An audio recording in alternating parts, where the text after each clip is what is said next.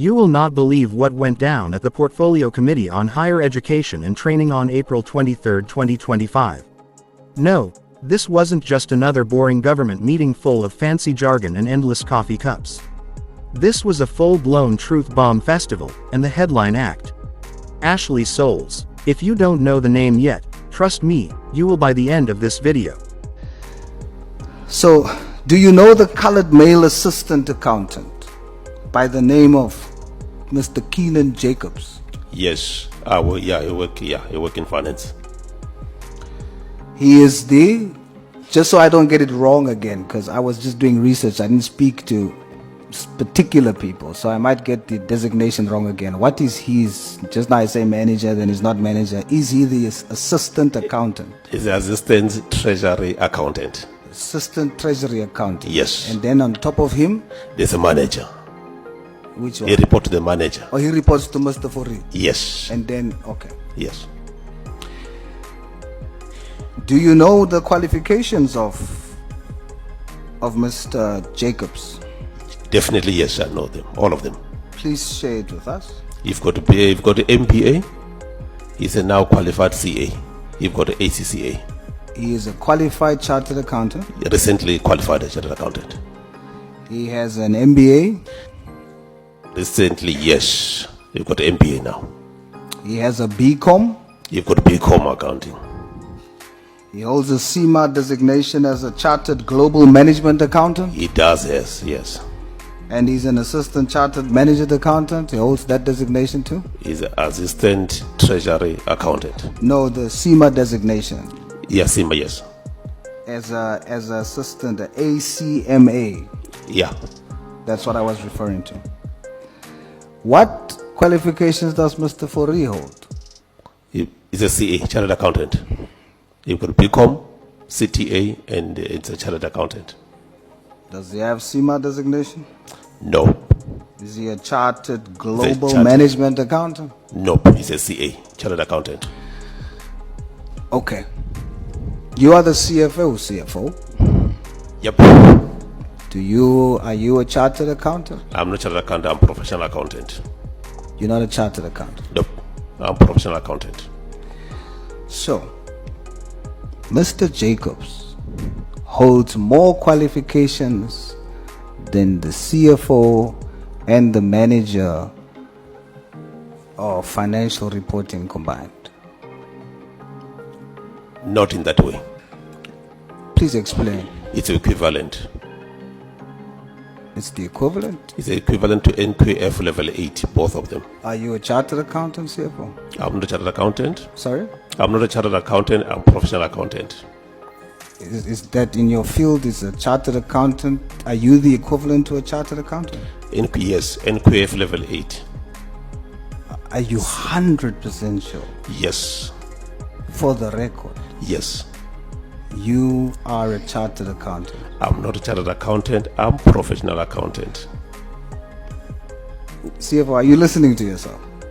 Yes. Is professional accountant the same as chartered accountant in your field? In terms of the level, yes. No, in terms of what you can and cannot do. In your field, how are you recognized in your field? Okay, let me just clarify for you.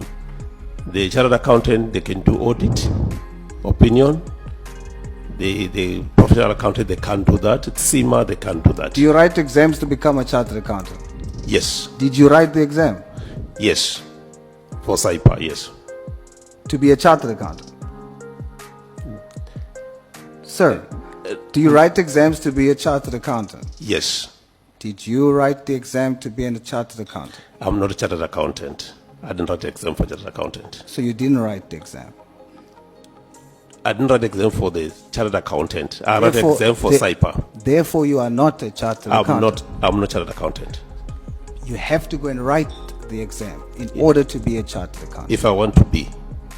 Yes. Now, yes. I don't want to be. Mr. Jacobs did. He did, yes. He's a chartered accountant. And he further to be a MBA as well. I'm glad you're acknowledging even further. That's my point. Yes. And Mr. Jacobs, a colored South African male, is a treasury accountant assistant. Yes. And he has applied for this position of manager. The institution employed someone who was initially outsourced, contracted as a consultant, a white male chair. And this man, a colored male, who has written the exam to be a chartered accountant. But I don't like when you say this man colored, you point next to you. And when you say white male, you point next to me.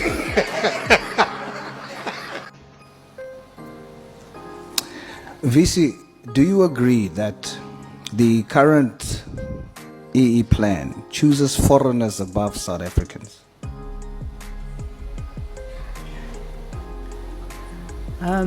It's not choosing foreigners over South Africans. It's about also factoring our internationalization efforts.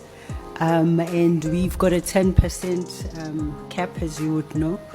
It's not a matter of choosing South Africans, foreigners over South Africans. So your answer is no?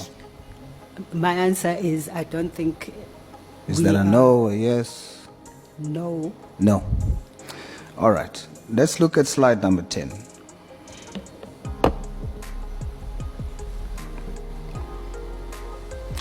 Let's just look at the engineering, build, environment, and IT section. Colored male, Indian male, chairperson of council, look at that there. 1.0% is permanent academic staff.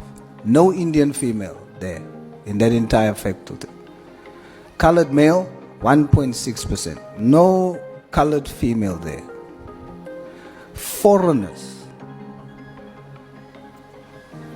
altogether, both foreign female and male, 15%.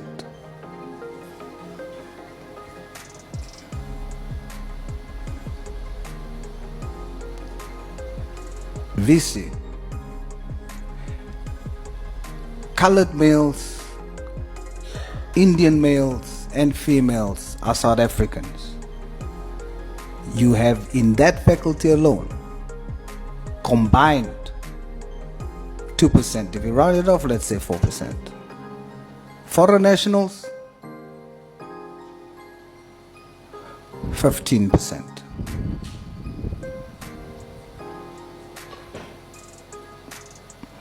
What is the reason for that?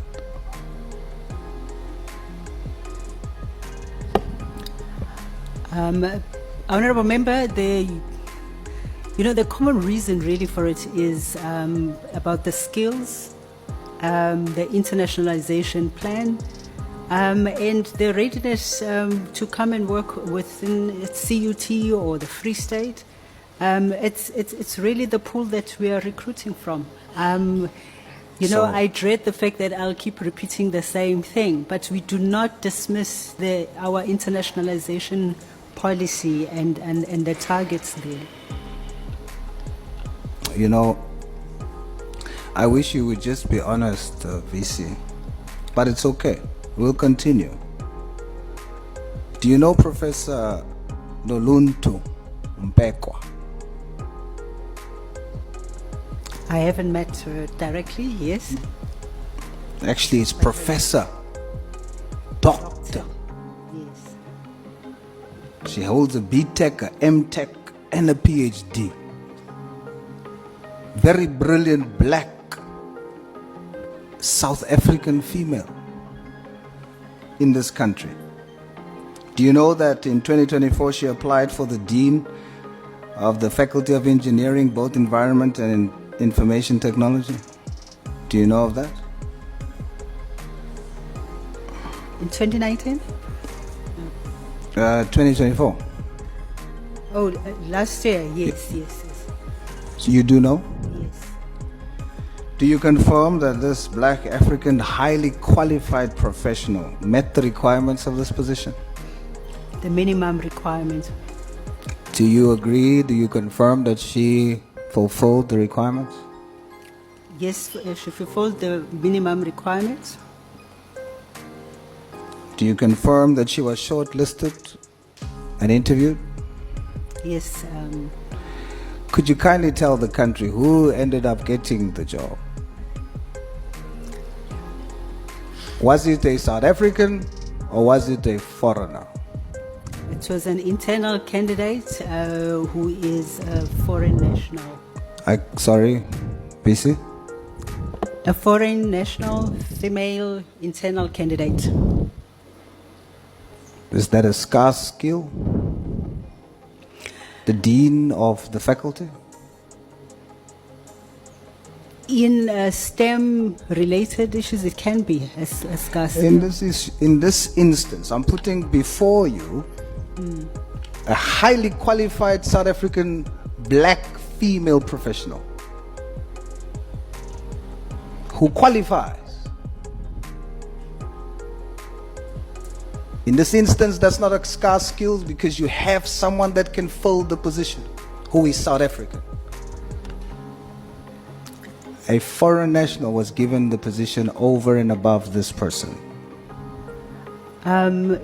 If I may also answer this, that process was opened twice, precisely also because of the pool of applicants that we had, where we wanted to make sure there is enough diversity in terms of female representation, South Africans, and especially also because of you see, I've been very patient with you, and I've allowed you to patronize me on many occasions. This time I'm not going to allow it. What you have here is the position of dean is open.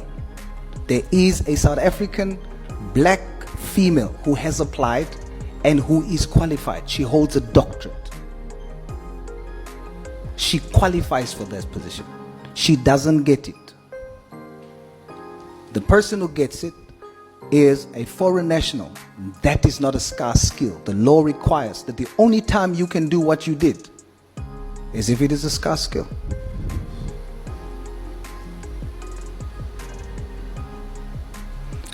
You disregarded, your institution disregarded a black female professional. There's no way around that. And whether you believe it or like it or not, CUT appears to be favoring foreign nationals above South Africans, even if they are qualified. And that's what that same stat in that faculty speaks to, of 15% of foreign nationals. And when we go there, even in your other slides, when you speak about junior lecturers and all of that kind of stuff, we will see how South Africans are lesser numbered than foreign nationals. In practicality, I urge you, VC, as we go further,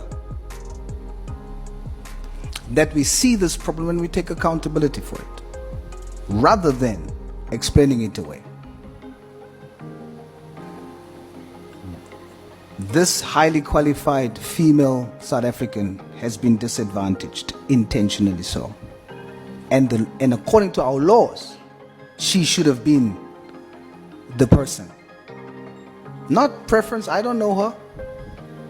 We just did research. But based on the law, what the institution has done is disadvantage her.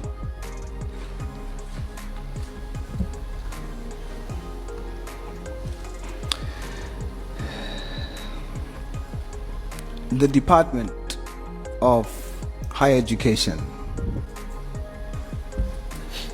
did you approve this, the appointment of a foreign national over a South African?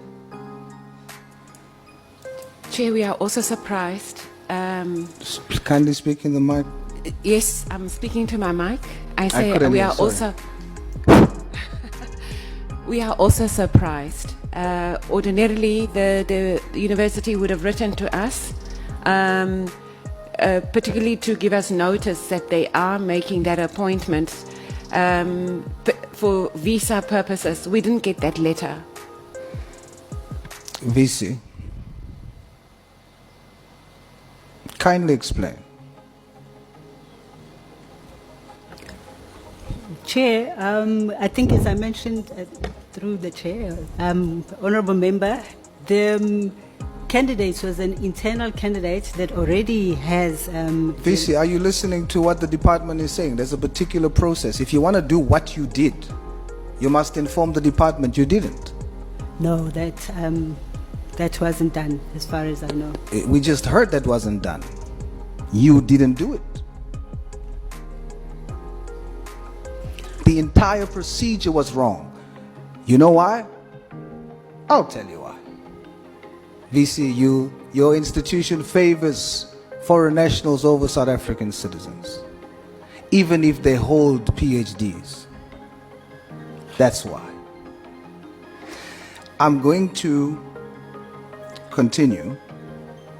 CFO. Good afternoon, sir. Afternoon. Thank you so much for your indulgence. To the principal, very quickly, do you have any foreign nationals on your staff? Yes, we do, Chairperson, through you. How many foreign nationals do you have?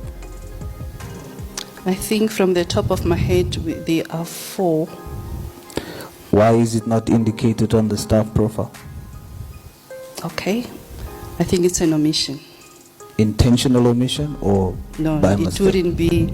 They are part of our staff complement. So did you forget them? I'm no, asking, is it an intentional omission or did you forget them?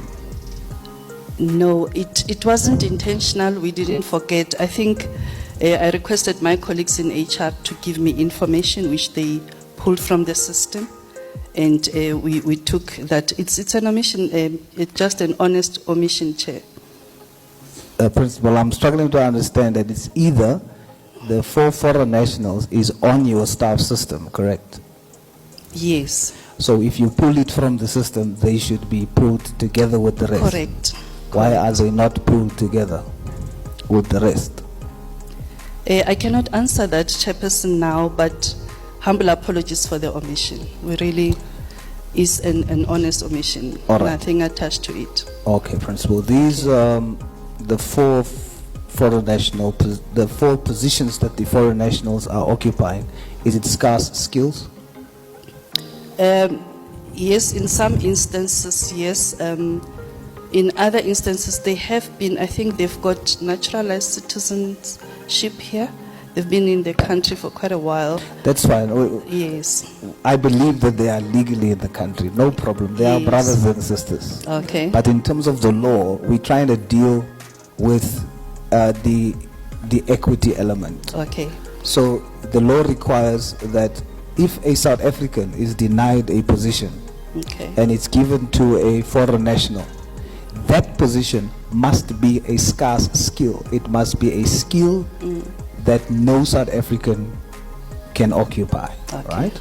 So my question is, that 4 positions, please name them for me to test this, whether that is scarce skills.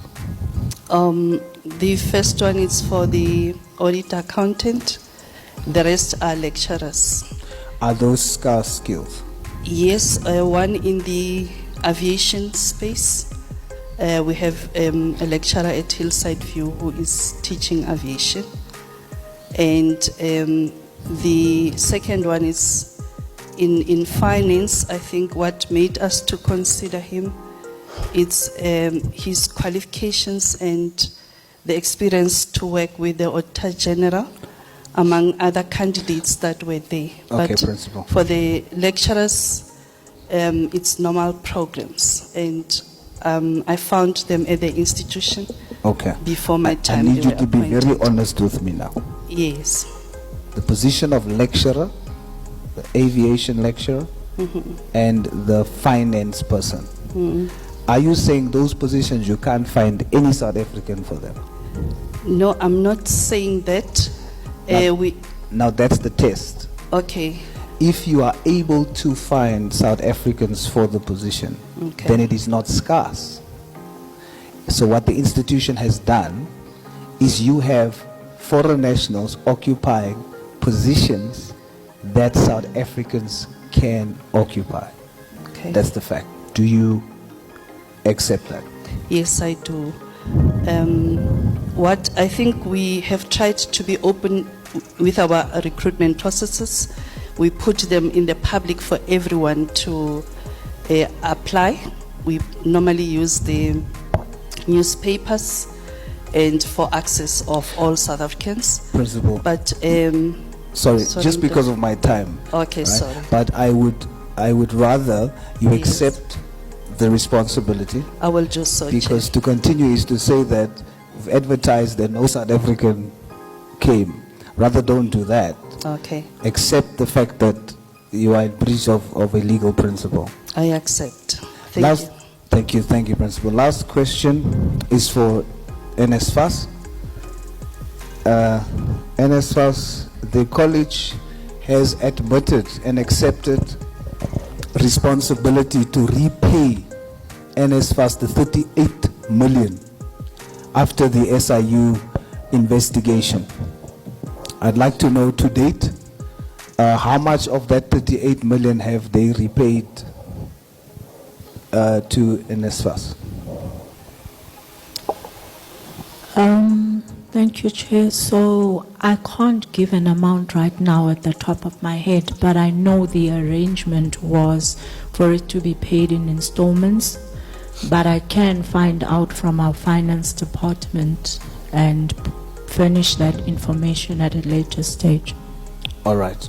Do you know of whether those repayments are happening every month consistently? I'd need to confirm that with our finance department, but I know there was that arrangement for it to be paid in installments. Thank you, Chair.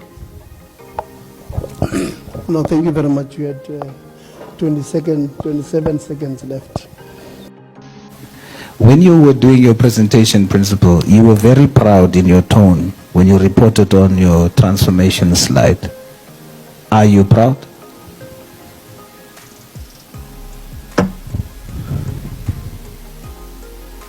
I am happy with this progress, however small. Are you proud?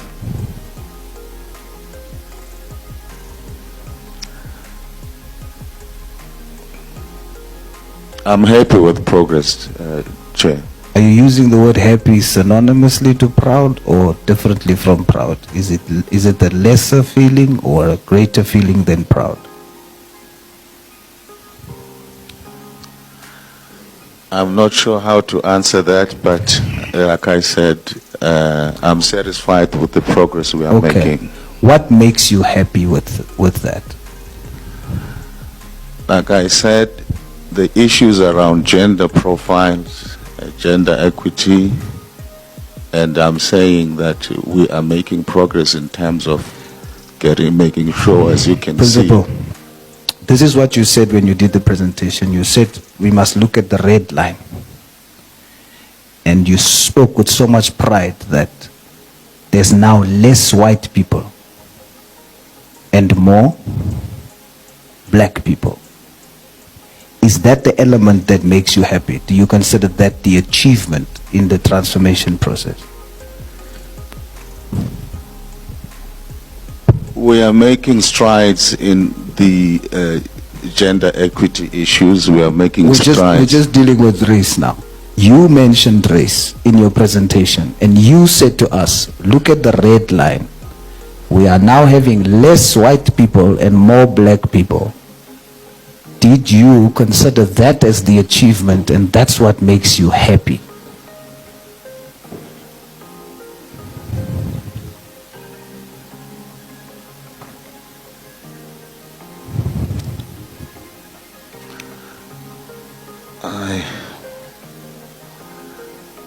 To some degree, we have the responsibility of ensuring that we deal with the issues of employment of the disadvantaged groups, and we are happy with that.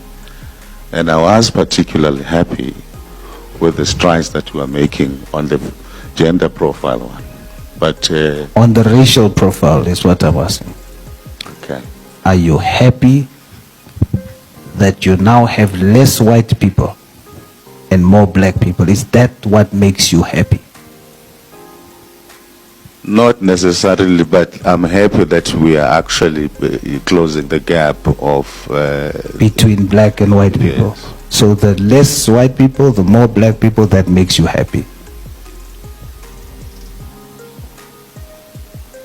It's okay, I won't blame you. You were very proud earlier. Just repeat your happiness. That's all you should do. You said it, I didn't say it, Principal. I'm now just trying to understand it. Should I pass? Please, I'll pass. Where is the line for colored and Indian? I see it's blue. I would prefer it green, but I see it's blue. And you have coloreds and Indians as part of the blue line. So you added one colored and 2 Indians to the blue line. Do you agree that that blue line, in terms of reflecting transformation, is a lie? Do you agree? Do I agree if it's a lie? Yes, in terms of its reflection. You are saying, through the blue line, you want us to celebrate the fact that there's an increase in the previously disadvantaged category. And therefore, that's transformation to the degree of 88.4%. I'm putting to you, it's a lie. Do you agree?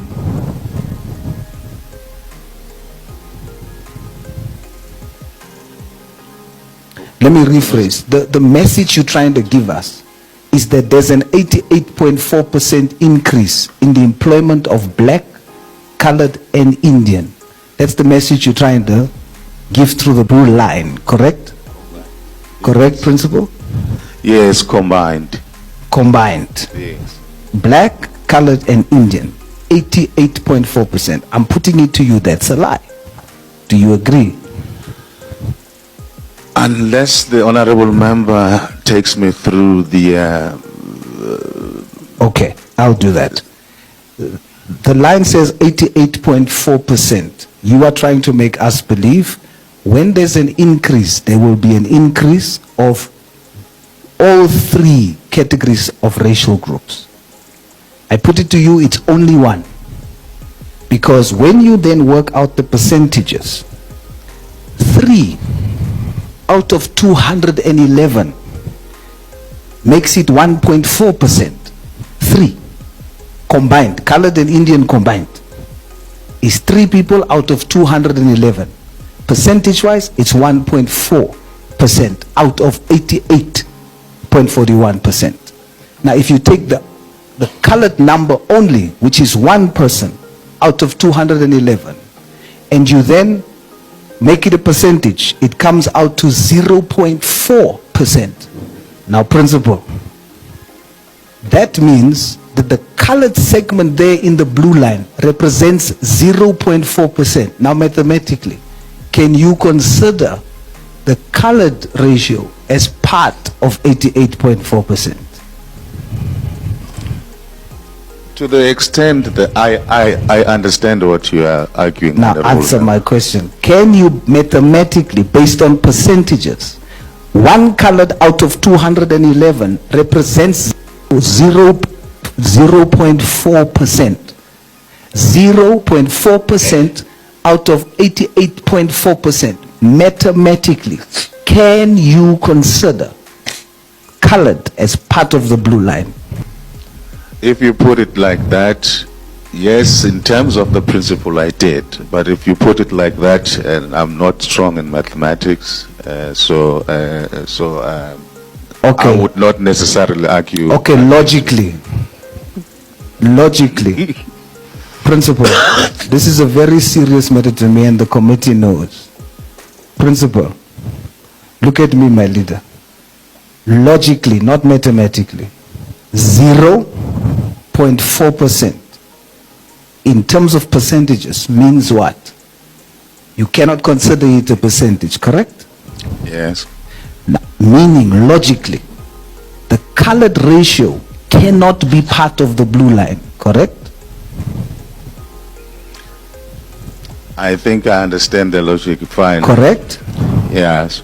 It's correct? Meaning now, equally so, the Indian ratio represents 0.9%. If you round it off, it's 1% of 88.4. But you cannot, in a presentation like that, consider it part of the contribution to 88.4%. Therefore, I came to the conclusion that blue line is deceiving the committee to say that there's an increase. There's no increase when it comes to colored and Indian that you've coupled together in the blue line. Do you agree, Principal? Yeah, Yes, I do agree, Almost done, Honorable Member. yeah, let's rest the Sorry? last one. Let's rest. I think we've labored. We are resting. That's the reason why I asked him if he agrees, Chair. Answer, Principal.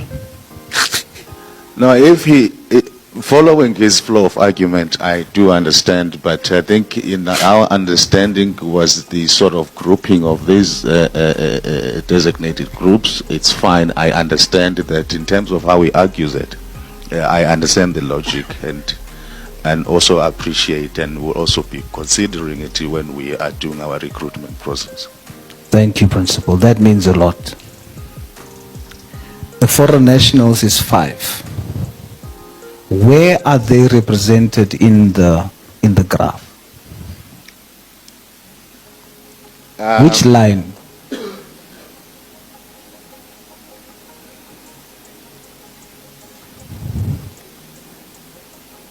I think I'll ask the HR, but I don't think that. He didn't just walk into that room with receipts, he walked in with a whole filing cabinet. So, picture this. Everyone's sitting politely, the usual suits and blazers, the typical, honorable member this, honorable chairperson that, and then boom. Ashley Sauls steps up and says, "We need to talk." And I don't mean the kind of, "we need to talk," that leads to tea and muffins. I mean the kind that makes grown adults shift nervously in their chairs. Ashley kicked things off by asking one simple but dangerous question. Why are South African universities filled with foreign nationals when there are thousands of qualified South Africans who can't find jobs? Silence. You could hear the awkward gulps and pen clicks echoing through the chamber. Some members tried to act busy with their notes. But Ashley wasn't playing games. He brought hard stats, real numbers, slide after slide showing how top universities are hiring professors and lecturers from other countries, many without even advertising the jobs locally. He even pulled out a leaked email from one university HR department that basically said, "We already have a candidate in mind, no need to advertise." Scandalous, right? Now, before people start twisting his words, he made it clear, he's not against foreign nationals. He literally said, "This isn't about hating foreigners, it's about loving fairness." The room started shifting. Even the people who came in thinking they'd scroll their phones and coast through the meeting were now wide awake, making eye contact with their own guilt. But Ashley wasn't done. Oh no, he pulled out case studies. He highlighted brilliant South African graduates, master's degree holders, PhDs, people with teaching awards, who applied again and again to universities, only to be ghosted. Meanwhile, someone from overseas gets flown in, put in a fancy apartment, and handed the job. Like, what? And then came the moment that literally broke the internet. Ashley said, "We are the only country in the world where citizens must beg for opportunities in their own land." Mic drop. You could hear the social media servers overheating. TikTok lit up, X was on fire, and hashtags like hashtag Ashley Sauls and hashtag SA Universities Exposed were trending globally. By the way, Ashley didn't just expose the universities, he came for the department itself. He asked why there's no enforcement of employment equity laws. He questioned the lack of accountability. He even name-dropped a few high-level officials who allegedly signed off on shady hiring decisions. The camera caught one of them turning pale like he just saw the ghost of his career. What makes this whole saga so wild is that Ashley didn't just rant, he brought solutions. He proposed new policies, transparent hiring portals, third-party oversight, even a watchdog body to monitor university HR practices. He said, "If we want transformation, we can't be afraid of transparency." It was like he was speaking directly to every South African graduate sitting at home, degree in hand, rejection email in inbox. And can we talk about the reactions? One committee member actually tried to clap back, saying, "But we need the best talent, and sometimes that comes from overseas." Ashley didn't even flinch. He looked him dead in the eye and said, "Then why are we not training the best talent right here at home?" Silence again. I swear, it was like watching a tennis match where one player keeps acing every serve and the other just stands there blinking. After the session, journalists swarmed him like he was Beyoncé leaving a surprise concert. But Ashley didn't gloat. He said, "I didn't come to attack. I came to remind us who we are." Goosebumps. Now, let's talk impact. Within hours, universities started releasing statements. "We value local talent. We are reviewing our hiring policies," the usual PR gymnastics. But this time, people weren't buying it. Students started organizing discussions, young professionals were posting their experiences online, and suddenly, everyone had a story to share. One TikTok from a PhD graduate went viral. She said, "I've applied for 45 lecturing jobs in South Africa. No replies." Meanwhile, my foreign classmate, he got a job offer while still finishing his thesis. That video alone got over 3 million views in a day. The people are talking. The people are fed up. And Ashley lit the match. Here's the bigger picture. This moment is bigger than just university jobs. It's about systemic exclusion. It's about who gets seen, who gets heard, and who gets hired. And let's be honest, South Africa is still healing. There's talent in every township, brilliance in every village, and potential in every corner. But when doors keep shutting without explanation, frustration turns into resistance. And this movement is only growing. Civil society groups are calling for audits. Students are drafting petitions. And Ashley, well, word on the street is that he might be gearing up for something bigger. Politics, maybe. All I'm saying is, watch this space. To be fair, not all universities are guilty. Some have shown real commitment to empowering local academics. But Ashley's point was simple. One bad apple spoils the bunch. And right now, the basket's looking suspect. By the way, there's a clip floating around where one committee member muttered, "Who even invited him?" The answer: South Africa invited him. The real South Africa. The one that's tired of being sidelined. The one that believes in fairness, justice, and opportunity for all its people. So what happens now? That depends on us. Are we going to let this be another headline that fades away, or are we going to demand real change? Because Ashley didn't just expose a problem, he handed us the mirror. Now it's up to us to look into it and decide what kind of country we want to be. To everyone watching, whether you're a student, a graduate, a professor, or just someone who cares, don't let this moment pass. Speak up, share your story, ask your university about their hiring policies. Let's turn Ashley's boldness into a national conversation. One voice sparked a wildfire of truth. And it's only just beginning. Stay tuned, stay loud, and most importantly, stay woke.